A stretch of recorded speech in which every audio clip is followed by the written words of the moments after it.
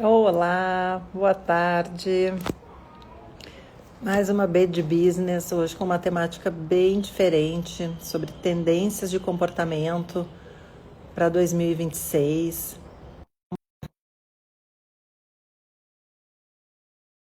A Fernanda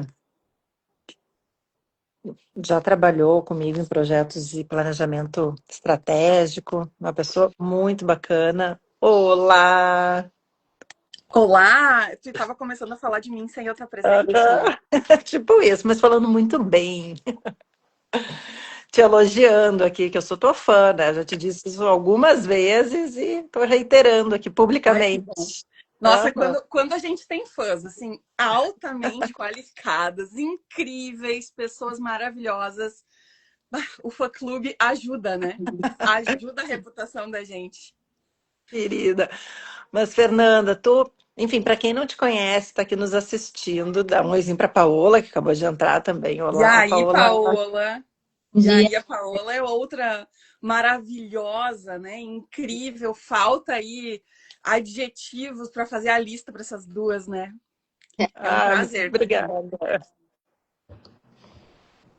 Bom, falando um pouquinho de ti, mas eu vou deixar tu te apresentar, tu foi super sucinta aqui na tua bio, mas enfim, professora, especialista em planejamento estratégico, já atuou no nosso planejamento, eu sei que já atuou em diversas outras empresas, especialista em comunicação, e dentre as várias temáticas que a gente tinha para tratar hoje, a gente acabou optando por falar sobre tendências de comportamento, né, Fernanda? Queria primeiro te ouvir e entender por que que esse é um tema importante, por que que a gente precisa falar sobre tendências de comportamento nesse momento e por que que isso é importante para as empresas.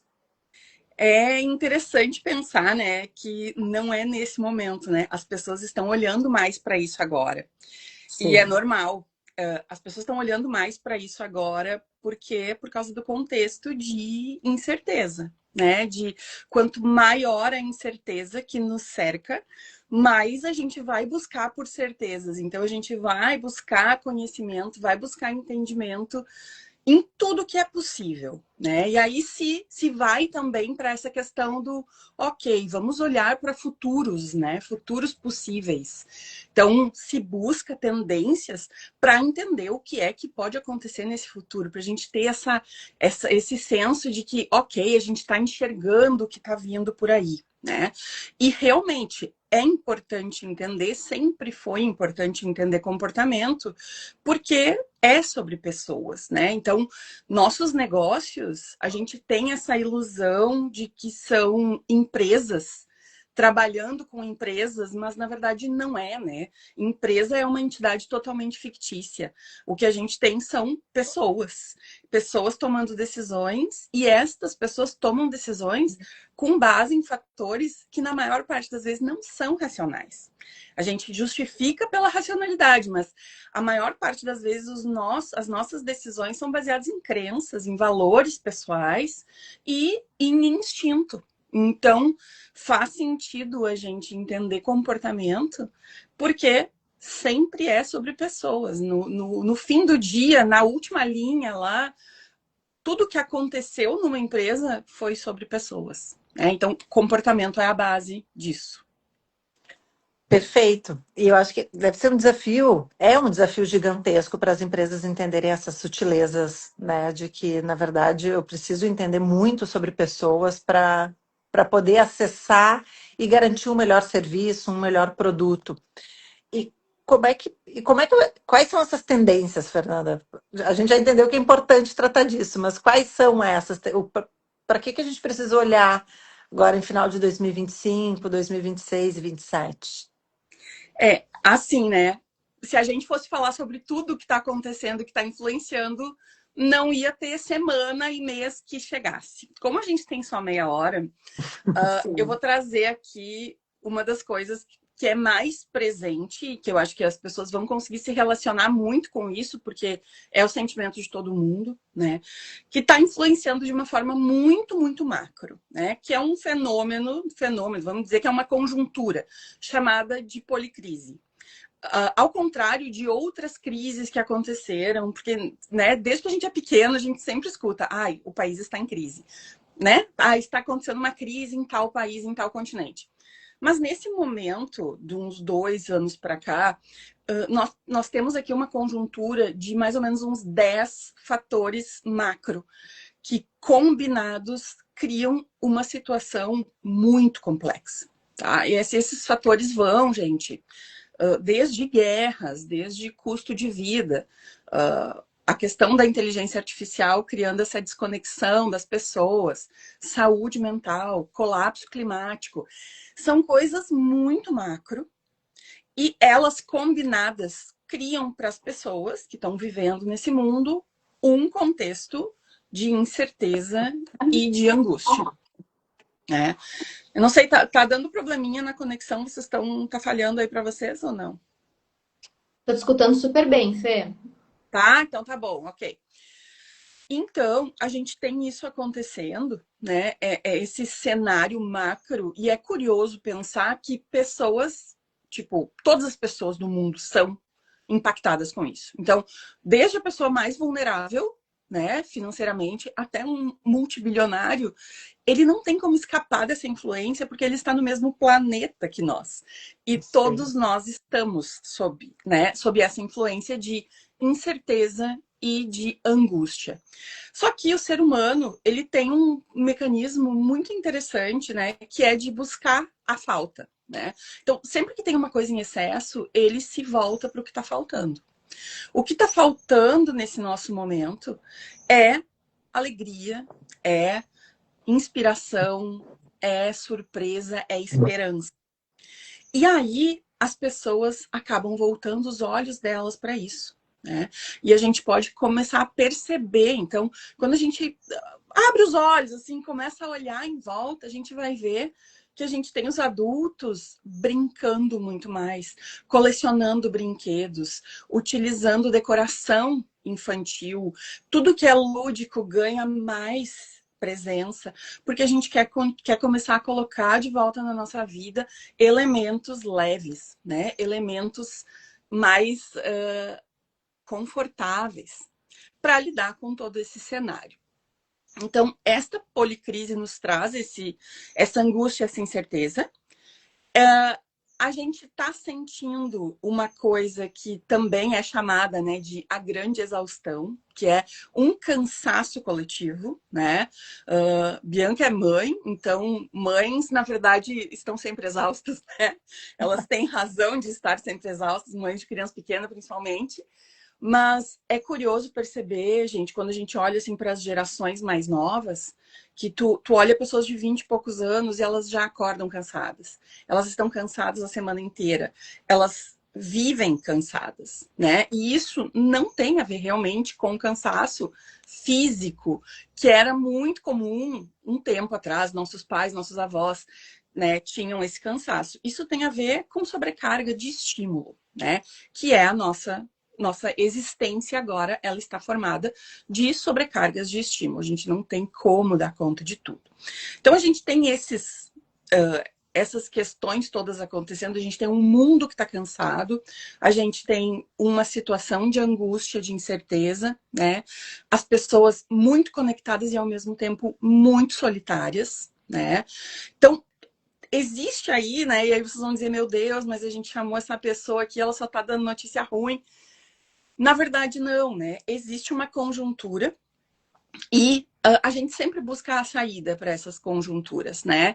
Então, quando a gente olha para essa situação de incerteza, as pessoas vão buscar alegria, mas elas também vão buscar nostalgia. Né? Então, sempre é interessante observar os contramovimentos, né? Existe o movimento da tendência e existe a contratendência. O que as pessoas vão buscar? Elas vão buscar o passado. Então, toda essa onda nostálgica que surge, ela é um resgate, né? De uma certeza. O passado já aconteceu, o passado está confirmado e ele deu certo, porque a gente chegou até aqui. O futuro é muito incerto. Então, o que a gente faz? A gente olha para o que já aconteceu, para o que já está confirmado. Né? Então, é importante entender esses mecanismos, né? De que vem um movimento e a pessoa volta, né? Para um outro lado. E uma outra coisa que eu acho fantástica, que é o slow punk, que é o punk, geralmente ele é conhecido por nós por ser aquele movimento de rebeldia, né? E o que está acontecendo agora é um movimento chamado slow punk, mas é muito incipiente, gente. A gente ainda vai ver isso surgindo, tá?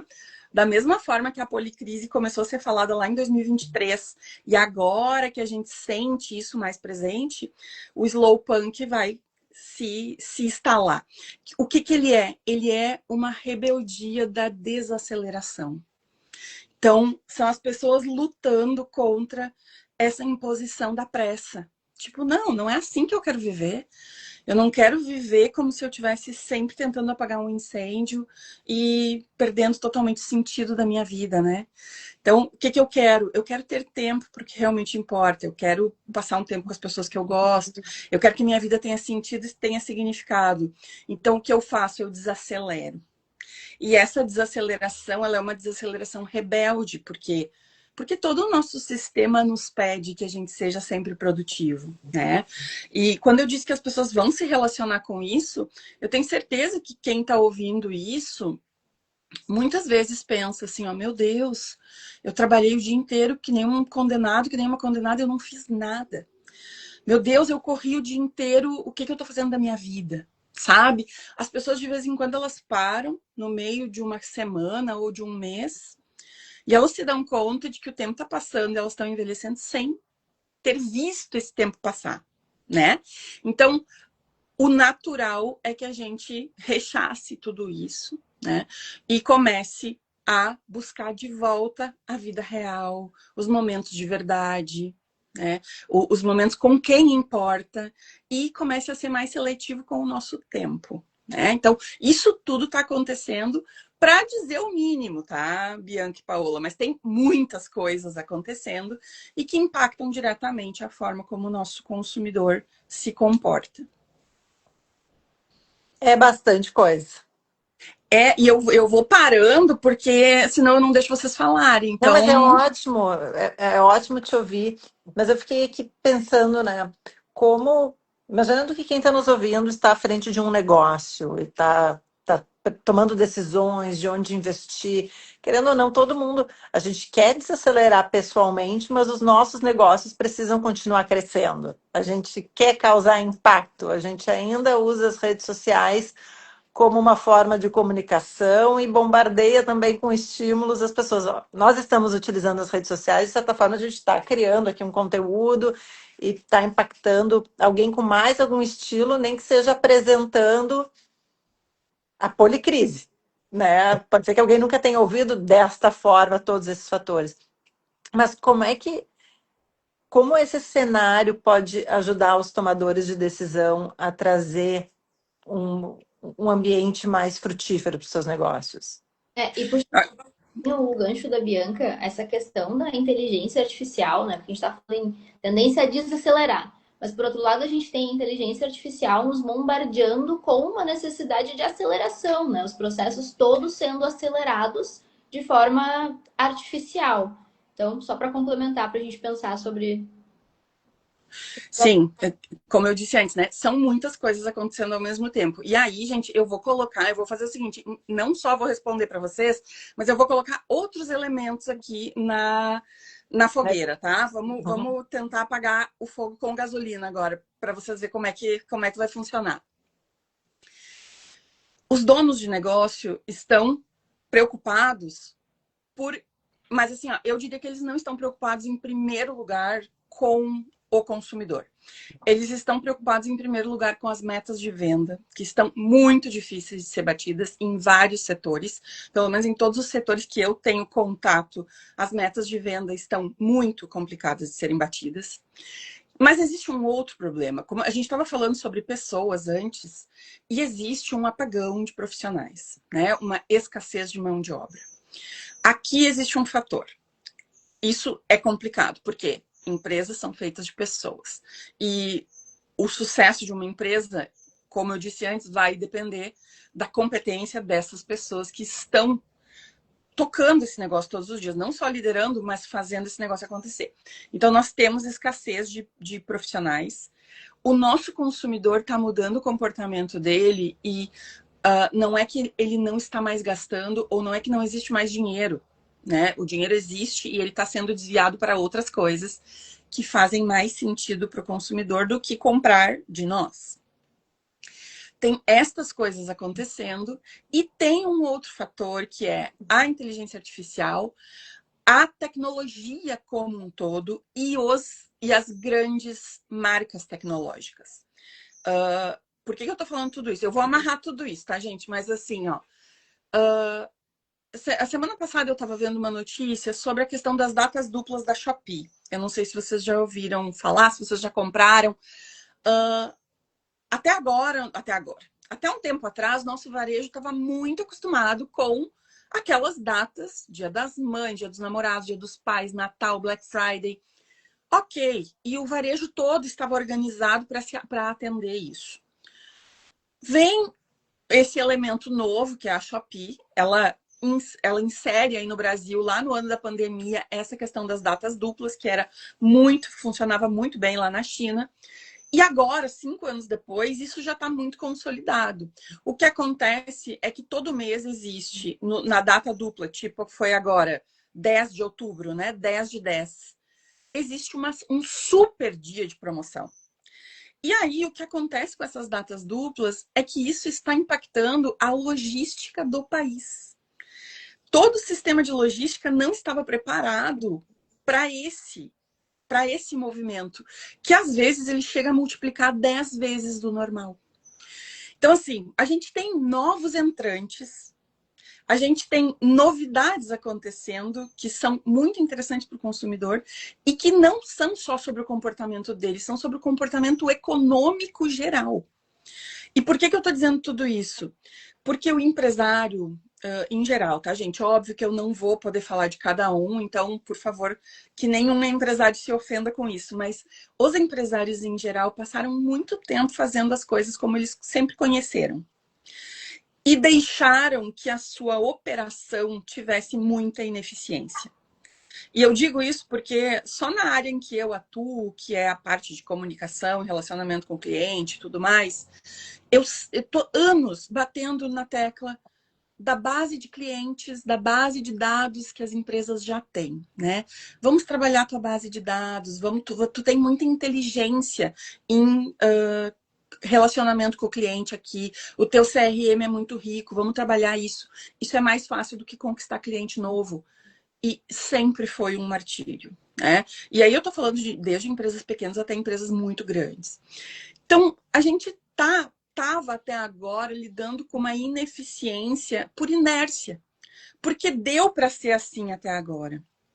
E aí, de um dia para o outro, as empresas levam um susto, porque elas estão perdendo vendas, porque elas não sabem para onde é que o cliente delas foi. Mas, tipo assim, ó, esse caminho já está todo desenhado. Ele foi para onde fazia sentido para ele, né? Então, se eu tivesse que dizer assim para os empresários, ok, tu falou, mas o que tu faria na prática? Eu olharia primeiro para os números da própria empresa, eu olharia para a base de clientes da própria empresa, eu moraria dentro do CRM ou do BI, né, da base de dados dessa empresa, para entender o que é que está acontecendo ali. Quais são as ineficiências que estão escondidas ali e que a operação dessa empresa está sustentando ineficiência. E aí eu entenderia como me adaptar a esse novo contexto. O novo contexto é um contexto em que não existe mais unanimidade. Não existe mais essa ideia de, ok, nós vamos fazer uma coisa e essa coisa vai resolver. Nós vamos fazer uma coisa e essa coisa vai ser a coisa milagrosa. A gente vai colocar um comercial na TV, a gente vai fazer uma campanha no Instagram. Não. A gente vai contratar um mega influenciador e isso vai resolver. Não. Isso não existe mais. Não existe mais unanimidade e não existe mais uma solução mágica, né? E isso não sou só eu que estou dizendo, né? Eu participo de muitos eventos, assim, de palestras, congressos e tudo mais. E ano passado eu estava ouvindo uma palestra de um especialista de vendas americano, escritor de livro e tudo mais. E ele estava dizendo assim, que estratégias de venda que funcionam maravilhosamente bem num trimestre, 2 trimestres depois a empresa continua colocando força nela e daqui a pouco não funciona. E o chão das pessoas desaparece, porque, tipo, se o que estava funcionando muito bem não funciona mais, como é que a gente faz agora? E é essa surpresa o tempo todo, né? Então, quando eu digo olhar para os números, tentar se adaptar ao contexto, esse se adaptar não é se adaptar uma vez, é se adaptar o tempo todo. É ficar em estado de vigilância, porque o contexto está mudando o tempo todo e a gente não pode mais se dar o luxo de achar que uma coisa funciona. Nosso estado permanente agora de empresas que pretendem ter futuro é testar e testar e testar sem parar. Porque o que funciona agora pode não funcionar mês que vem, pode não funcionar semestre que vem, né? Então, esse é o contexto agora. É um contexto de incerteza e é um contexto de adaptabilidade constante. Sim, não existe zona de conforto, nem para quem está dando certo, não existe zona de conforto, imagina para quem está com dificuldades. E nesse Exatamente. cenário, Fernanda, assim, de uma profunda adaptação, de tu ter várias ferramentas, porque eu não posso mais ter só um martelo, né? Porque se uma solução não funciona, eu preciso ter realmente um cadeado suíço aqui com muitas possibilidades. E, e tu trouxe no início da tua fala a carência de profissionais. Mas, claro, a gente tem uma carência de profissionais porque a exigência está cada vez mais elevada, né? Se eu sou um estrategista, eu tenho um caminho que funcionou muitas vezes, pode ser que para este novo mercado eu esteja desatualizado. Ah, Então, sim. que competências que tu vê que os profissionais precisam se preparar frente a essa carência e frente a essa alta demanda de exigências, né? E um outro ponto, só antes da Fê responder, a gente está falando de mercado de trabalho. A gente comentou que tem aí essa exigência de profissionais mais qualificados, só que a gente está enfrentando também um momento de choque geracional, né? Então, quando a gente fala de desenvolver profissionais e quais habilidades os profissionais precisam estabelecer para conseguir se firmar e estar sempre, né, adaptando, a gente tem esse desafio de como a nova geração, a Gen Z, está se incorporando, né? Assim, gente, são 2 fatores, tá? 2 fatores que levariam horas de conversa também, mas vamos tentar simplificar assim. É importante, eu acho que, né, uma autoavaliação das gerações anteriores sobre qual era o nosso relacionamento com o trabalho, né? Então, assim, geração X, Baby Boomer, geração X, geração Y, Millennials ali, né? Qual é que era a nossa relação com o trabalho? Ela era uma relação de um pouco doentia, né? Vamos combinar, assim, que a gente podia dar nossa alma para o trabalho. Por quê? Porque a gente tinha uma promessa de benefícios, tá? A gente tinha, a gente se dedicava, era aquela coisa, né, que a gente escutava desde criança. Tu vai estudar, tu vai trabalhar duro e tu vai chegar em algum lugar, tu vai conseguir, tu vai ter conquistas, tu vai ser bem-sucedido. Para a geração Z, isso não existe, tá? Qual é a grande terra prometida deles? Não existe. Eles nasceram, eles cresceram, aliás, no meio ali de uma pandemia e de uma ameaça de colapso climático e do que eles estão vendo acontecer no mundo, que é incerteza. E aí, gente, junta isso a questão do custo de vida.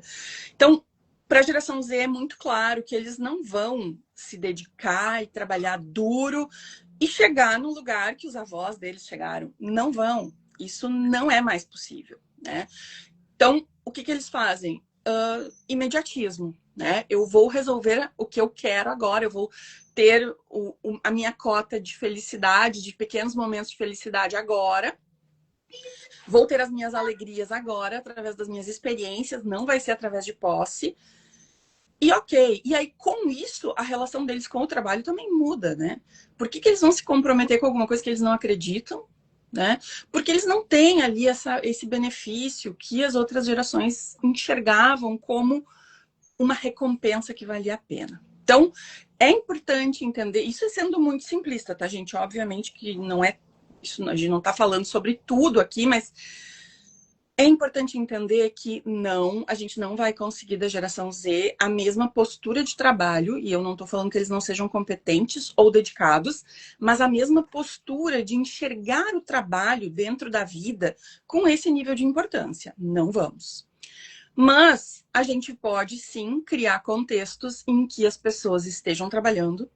Para eles é muito importante que faça sentido o trabalho deles, então não dá mais só para colocar a pessoa lá fazendo uma coisa sem se comunicar direito com ela, sem que ela tenha os benefícios que paguem bem o tempo dela, né? Acredito que agora a gente está num momento em que as pessoas estão se dando conta de que o tempo vale. Né? Minha vida, eu troco minha vida por dinheiro quando eu trabalho. Então, o que vale o meu tempo? E isso eles têm um nível de autoconsciência muito maior que as gerações anteriores. Então, não dá mais para oferecer qualquer coisa, tá? Para eles, em termos de trabalho. E aí a gente vem para, ainda nessa questão geracional e de escassez, eu escuto muitas pessoas com uma visão bastante simplista de que não tem gente para trabalhar por causa dos incentivos do governo, né? Isso é uma coisa que a gente escuta. Mas eu queria trazer um outro fator que não é uma análise tão simplista assim, e que é o seguinte: não tem tanta gente para trabalhar porque existem muitas opções para as pessoas trabalharem que não são os empregos formais que a gente conhecia e que eram o normal até um tempo atrás. Eu conheço pessoas que saíram de empregos formais e trabalham apenas no digital, fazendo coisas que às vezes a gente nem imagina que dão dinheiro, né? Tipo, tem uma pessoa que eu conheço que ela faz só aqueles vídeos de achadinhos da Shopee. E ela mantém esses perfis, né? E trabalha como afiliada, enfim. E é um trabalho duro, ela trabalha o dia inteiro, é um trabalho, tipo, tempo integral. Mas é ela e o computador dela, como MEI. Ela não está procurando emprego, ela era uma pessoa qualificada que trabalhava na educação. Hoje ela faz isso. Então, essa pessoa já não está mais no mercado de trabalho, ela está em outro lugar. Né? Da mesma forma, a gente vai para outras pessoas que saem de fábricas ou de enfim, qualquer outro tipo de trabalho que é mais mecânico, mais operacional, e elas vão trabalhar de Uber, né? Então, ok, tem precarização do trabalho? Tem, mas a pessoa prefere estar ali do que estar dentro de uma estrutura corporativa ou dentro de uma estrutura fabril, né? Enfim, ou de indústria. Enfim, então, isso é uma coisa, a gente tem que entender que todo o contexto mudou, que trazer pessoas para trabalhar não é a mesma coisa que era antes, né? Agora é diferente. Então, precisa de outros incentivos, precisa fazer sentido. E a Bianca estava perguntando, eu até esqueci qual era a primeira pergunta, Bianca. O que as Como se competências. preparar, como se As fazer competências. diante de tudo isso. No que diz respeito a quem está liderando os negócios, tá? Eu diria que assim, competências emocionais agora valem muito mais do que competências técnicas, tá? Então, a gente ouve as pessoas falar muito em soft skills, né? E isso fica assim, tipo, mas o que é isso de verdade? A gente está falando de líderes de negócio que têm que estar preparados emocionalmente para lidar com um ambiente de incerteza e volatilidade. Tá mudando o tempo todo. Então, assim, tu tem que ter muita tranquilidade para conseguir ler o contexto e entender o que tu pode fazer, testar. Tu tem que, na verdade, ter muito estômago para testar, errar e continuar testando. Né? Então, eu diria que agora, habilidades como flexibilidade, resiliência, coragem, né? Audácia também. Mas óbvio que tudo isso muito ligado, gente, à eficiência, né? Muito ligado também a um senso de conhecimento do negócio. Não é meter o louco, né? Então, tipo assim, ó, ok, agora vamos lá, galera. Vamos revolucionar. Não é isso. Mas é ter coragem de fazer coisas que não eram feitas até agora, de testar, seja isso na velocidade que for. Porque o nosso mundo não é mais como ele era. Tudo está mudando muito rápido. E o caso é que não existe só um caminho. Existem muitos futuros possíveis, né? E a gente não sabe exatamente onde que o negócio vai ter mais sucesso? Eu diria que o ideal seria as pessoas conhecerem muito bem o negócio e entenderem que eles não podem mais tentar ser tudo para todo mundo, tá? Não existe mais, eu já falei isso, não existe mais unanimidade, né?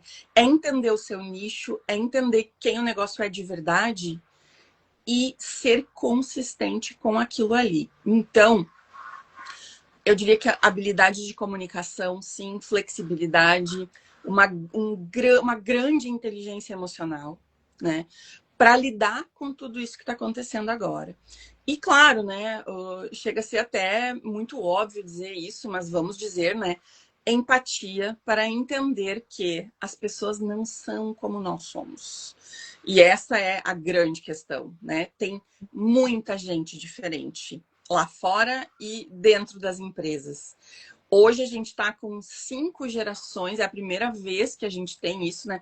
5 gerações, agora 6, definindo o comportamento de consumo. Então, a gente tem os boomers, que estão super ativos e com dinheiro. A gente tem a geração X, os millennials, a geração Z, os alfas, que os mais velhos agora estão chegando em 13, 14 anos. E a gente tem os betas, que começaram a nascer esse ano, e eles já influenciam o comportamento de consumo da família. Então, 6 gerações acontecendo ao mesmo tempo, com necessidades e valores diferentes, né? Elas influenciam diretamente como as pessoas gastam o dinheiro. E também a gente tem essas pessoas dentro do nosso negócio.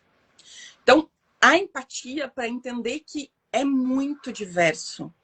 Não dá mais para trabalhar com rótulos que sirvam para todo mundo, nem para o teu público consumidor, muito menos para as pessoas que trabalham contigo. Sim. Então, gente, foi muito assim, tipo, um en passant. Sim, mas eu acho que a matemática é tão importante para a gente se dar conta, ficar até mais presente, porque tu trouxe tantas sutilezas e tanta complexidade que é só realmente tu estando presente, anulando um pouquinho todos os estímulos para tu realmente aprofundar o teu olhar para o teu negócio, para a tua equipe e pensar de uma forma um pouquinho diferente. E é só para puxando um último gancho aqui que para a gente poder finalizar o nosso bate-papo é que eu entendo que todas essas discussões, o planejamento estratégico, ele é um bom ambiente para a gente começar a mapear esses temas, começar a poder testar algumas variáveis e algumas estratégias, né? Como é que tu enxerga, Fê, o planejamento estratégico dentro de tudo isso que tu trouxe? O meu trabalho, né? Eu gostaria muito de ser essa pessoa que está lá fora lendo os sinais e criando as tendências e consolidando as tendências. Esse não é o meu trabalho, né? O meu trabalho é ler tudo isso, né? Ler os relatórios que já são emitidos pelas empresas de tendências e traduzir isso dentro do planejamento estratégico para os meus clientes, para entender o que é possível fazer, né? Então, o planejamento aqui, ele entra como um momento de muito autoavaliação da empresa, sabe? E geralmente, quando eu trabalho, pelo menos, eu tento não ser puramente técnica, né? E trazer muita psicologia para o planejamento estratégico, tá? Porque ele também é sobre o comportamento de dentro da empresa. Então, o comportamento de dentro da empresa tem que estar muito bem definido, porque o consumidor lá fora, ele sente a incoerência. Ele sente quando a empresa está prometendo coisas, mas não é aquilo que ela faz, né? Então, a empresa tem que estar muito bem fundamentada sobre quem ela é, sobre onde ela quer chegar e sobre quem é o público dela. Esses são os 3 grandes pilares para que qualquer planejamento saia do chão, né? É que se conhecer bem como negócio, saber onde quer chegar e saber quem é o público que tu quer atingir. Então, isso vem, né? Toda a parte de tendências de comportamento, de consumo, vem para dentro do planejamento para dizer o seguinte: olha, o contexto que a gente está inserido é esse. E aí, né, gente, lá, quem é da parte de gestão e tudo vai se lembrar que a gente estudava a matriz SWOT, né? E falava de forças e fraquezas, oportunidades e ameaças. As oportunidades e ameaças, elas estão nesse ambiente, nesse macroambiente. E elas precisam ser lidas, porque as decisões da empresa não são sobre o macro, não são sobre o consumidor, não são sobre política, economia, ambiente. Isso é só influência. Nós decidimos mesmo em planejamento as coisas que estão sob nosso controle, que são as nossas variáveis controláveis, né? Só que para a gente tomar decisões sobre ela, a gente precisa entender o contexto. O contexto vai dar o ritmo, né? E o que eu vejo muitas vezes acontecer é a empresa se fechar numa bolha e decidir o que ela pensa que é, o que ela decide que quer dizer para o mundo, mas aquilo já não tem mais eco lá fora, sabe? Então, entender o contexto é sim um primeiro momento antes de se voltar para dentro e pensar, ok, se a gente está nesse mundo, então como é que a gente pode ser relevante como negócio dentro dele? Porque é só sendo relevante que a gente vai ser escolhido, né? Se a gente não for relevante para o nosso público, a gente está condenado. Perfeito. Eu acho que ser relevante, entender onde está inserido, mas mantendo a sua autenticidade e a sua cultura e seus valores é um desafio e tanto, né? Então, assim, para quem saiu dessa live cheio de ideias, a Fernanda é uma ótima profissional para guiar as empresas nessas análises e discussões. A gente passou por isso no início do ano, né, Paola? Com a Fernanda guiando as nossas discussões para o ano de 2026, para o ano de 2025, perdão. Foi muito rico. Espero contar contigo para 2026. E Estamos que aí. nós queremos te agradecer. 26, né? A Bianca já está pensando em 2026.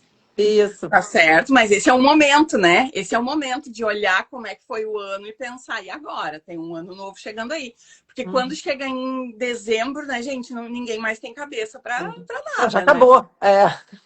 É aquela coisa, né? Quem fez, fez. Uhum. Enfim, gente, muito obrigada. É um prazer sempre conversar com vocês. Foi muito legal o nosso planejamento esse ano. Acho que a gente tem muito para crescer, né? O planejamento, ele é um organismo vivo, ele nunca está acabado, né? Então ele sempre cresce, de um ano para o outro ele se aprimora, né? Então é isso aí, a gente tem que continuar. Muito obrigada. Obrigada pelo teu tempo, pela tua participação. Foi um prazer conversar contigo, como sempre. Muito obrigada. Beijos. Beijo. Tchau, tchau. Tchau, tchau.